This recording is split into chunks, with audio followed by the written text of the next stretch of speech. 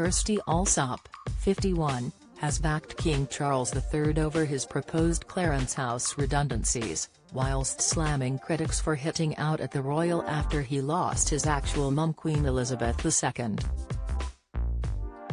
The location star's support comes after it was reported by a UK publication that dozens of staff were given notice of the threat of redundancy on Monday.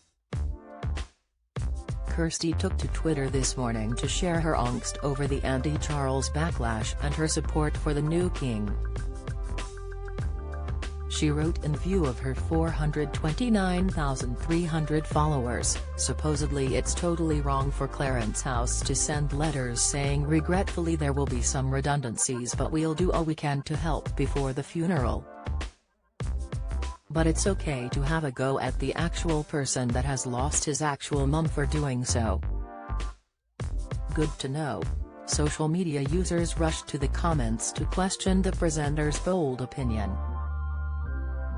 Harry Wallop said, "Oh, come on Kirstie. It was terrible. Terrible PR, terrible employment practice, terrible on every level.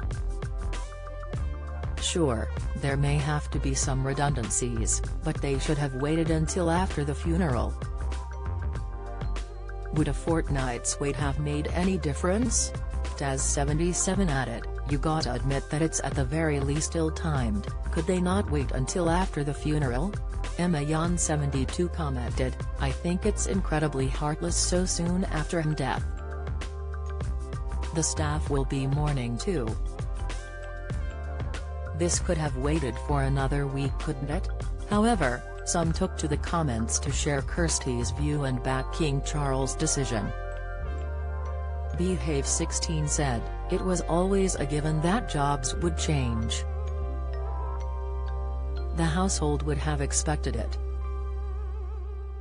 We commoners really have no idea of the machinations of it all and are best to let the folks get on with it. Everybody has a ruddy opinion." Cynthia97196078 added, "The earliest possible notice is best practice, and a legal requirement.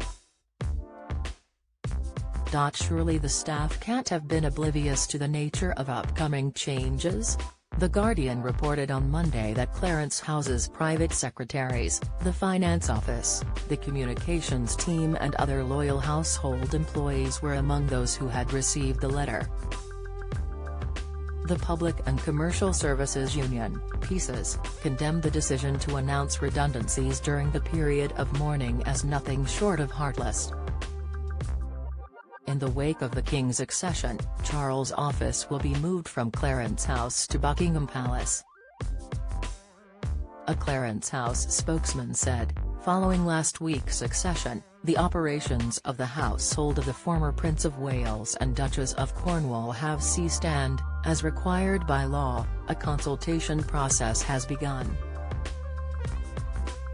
Our staff have given long and loyal service and, while some redundancies will be unavoidable, we are working urgently to identify alternative roles for the greatest possible number of staff. Any staff being made redundant will be offered enhanced redundancy payments, and no staff will be affected for at least 3 months."